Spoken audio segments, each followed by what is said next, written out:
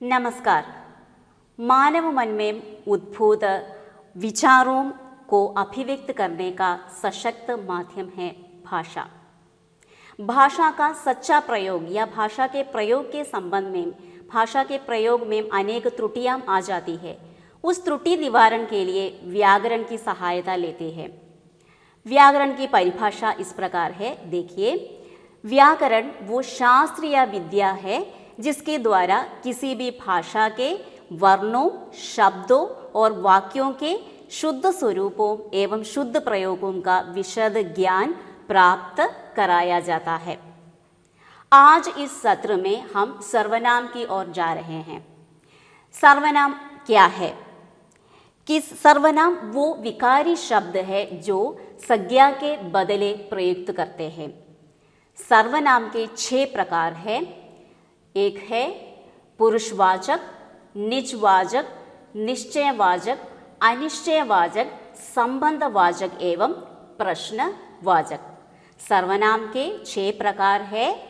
वे है पुरुषवाचक, निजवाचक, निश्चयवाचक, अनिश्चयवाचक, संबंधवाचक एवं प्रश्नवाचक।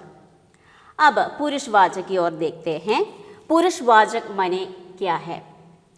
पुरुषवाचक वक्ता, श्रोता तथा अन्य के लिए प्रयुक्त विकारी शब्द है। और पुरुषवाचक के 3 प्रकार है। वे हैं उत्तम पुरुष सर्वनाम, मध्यम पुरुष सर्वनाम एवं अन्य पुरुष सर्वनाम।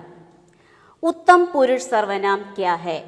उत्तम पुरुष सर्वनाम बोलने वाले और लिखने वाले के लिए प्रयुक्त सर्वनाम है। उदाहरण देखिए, मैं आपके घर आ रही हूँ। यहाँ मैं उत्तम पुरुष सर्वनाम है क्योंकि मैं बोलने वाले और लिखने वाले के लिए प्रयुक्त है। दूसरा उदाहरण देखिए, हम आपके घर आ रहे हैं। यहाँ हम उत्तम पुरुष सर्वनाम है। उत्तम पुरुष सर्वनाम का उदाहरण है, मैं आपके घर आ रही हूँ और हम आपके घर आ रहे हैं। अब अगला है मध्यम पुरुष सर्वनाम। मध्यम पुरुष सर्वनाम माने क्या है? मध्यम पुरुष सर्वनाम श्रोता अर्थात सुनने वाले के लिए प्रयुक्त सर्वनाम है। श्रोता के लिए प्रयुक्त सर्वनाम है मध्यम पुरुष सर्वनाम। उदाहरण देखिए, तू यही ठहर। इसमें तू मध्यम पुरुष सर्वनाम है। और तुमने देर कर दी। तुम यहाँ मध्यम पुरुष सर्वनाम है। और आप इतने दिन कहाँ थे? यहाँ आप मध्यम पुरुष सर्वनाम है। मध्यम पुरुष सर्वनाम माने श्रोता के लिए प्रयुक्त है। उदाहरण है तू, तुम एवं आप। तू यहीं ठहर, तुमने देर कर दी, आप इतने दिन कहाँ थे। अब और देखिए, अन्य पुरुष सर्वनाम किसी अन्य के लिए प्रयुक्त करने वाला सर्वनाम है अन्य पुरुष सर्वनाम। उदाहरण देखिए, ये मुझे बुलाने आया है। यहाँ ये अन्य पुरुष सर्वनाम है। वे मुझे बुलाने आए हैं। वे मुझे बुलाने आए हैं। वे अन्य पुरुष सर्वनाम है। और ये तो बहुवचन शब्द है, हमें मालूम है बहुवचन है। ये मुझे बुलाने आए हैं और वो मुझे बुलाने आया है। अन्य पुरुष माने किसी अन्य पुरुष के लिए या किसी अन्य व्यक्ति के लिए प्रयुक्त सर्वनाम है अन्य पुरुष सर्वनाम। उदाहरण है ये, वे, ये, वो। ये मुझे बुलाने आया है। वे मुझे बुलाने आए हैं।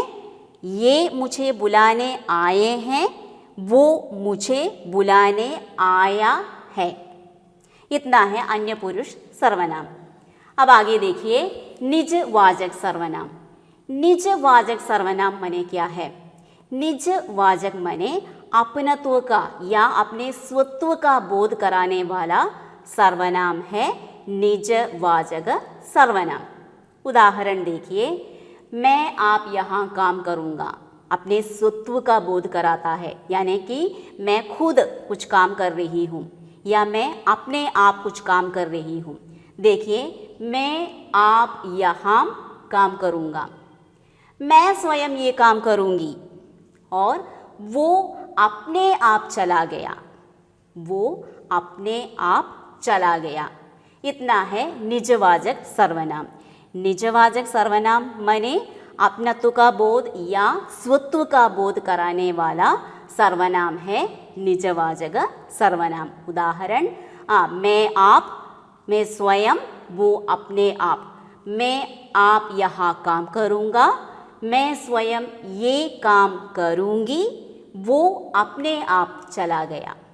अब आगे देखिए, निश्चयवाचक सर्वनाम। किसी वस्तु, व्यक्ति या स्थान का निश्चयार्थ बोध कराने वाला सर्वनाम है निश्चयवाचक सर्वनाम। निश्चयार्थ को द्योतित करने वाला सर्वनाम है निश्चयवाचक सर्वनाम। उदाहरण देखिए, ये घड़ी बहुत सुंदर है। यहाँ निश्चयवाचक सर्वनाम है ये। और वो अध्यापिका हिंदी पढ़ा रही है। निश्चयवाचक सर्वनाम का उदाहरण है ये, वो। ये घड़ी बहुत सुंदर है, वो अध्यापिका हिंदी पढ़ा रही है। अभी अनिश्चयवाचक क्या है? अनिश्चयवाचक किसी व्यक्ति, वस्तु या स्थान का निश्चित बोध नहीं होता। इसमें किसी व्यक्ति, वस्तु या स्थान का निश्चित बोध नहीं होता है, वे अनिश्चयवाचक सर्वनाम हैं। उदाहरण देखिए, उस पेड़ पर कई चिड़िया हैं। यहाँ निश्चित बातों की जानकारी हमें नहीं मिलते हैं। उस पेड़ पर कई चिड़िया हैं, कई चिड़िया हैं। और मेरे घर में कोई आया है, मेरे घर में कोई आया है, कितने लोग आए हैं इसका जानकारी हमें प्राप्त नहीं है, इसलिए कहते हैं मेरे घर में कोई आया था। और कुछ लड़के प्रसन्न रहते हैं, कुछ लड़के प्रसन्न रहते हैं। अनिश्चयवाचक सर्वनाम किसी निश्चित बातों की जानकारी नहीं देते हैं। उदाहरण है, उस पेड़ पर कई चिड़िया हैं, मेरे घर में कोई आया था, कुछ लड़के प्रसन्न रहते हैं। अब देखिए, संबंधवाचक सर्वनाम। संबंधवाचक सर्वनाम में संज्ञा अथवा सर्वनाम के संबंध को सूचित कराता है। देखिए, संज्ञा अथवा सर्वनाम के संबंध को सूचित कराने वाले सर्वनाम है संबंधवाचक सर्वनाम। उदाहरण देखिए, जो पढ़ेगा वो पास होगा। संज्ञा अथवा सर्वनाम के संबंध को सूचित कराते हैं, जैसे जो पढ़ेगा वो पास होगा, और जो हुआ सो हुआ। संबंधवाचक माने संज्ञा अथवा सर्वनाम के संबंध को सूचित कराते हैं, जो और वो। जो हुआ सो हुआ। अब अगला देखिए, प्रश्नवाचक सर्वनाम। प्रश्न पूछने के लिए प्रयुक्त सर्वनाम है प्रश्नवाचक सर्वनाम। उदाहरण देखिए, बाहर कौन खड़ा है? हम प्रश्न पूछ रहे हैं, बाहर कौन आदमी या कौन व्यक्ति खड़ा है? बाहर कौन खड़ा है? दूसरा देखिए, तुम्हें क्या चाहिए? हम प्रश्न पूछ रहे हैं, तुम्हें क्या चाहिए? इसी प्रकार प्रश्न पूछने के लिए प्रयुक्त सर्वनाम है प्रश्नवाचक सर्वनाम। इतना कहकर मैं समाप्त करती हूँ। धन्यवाद।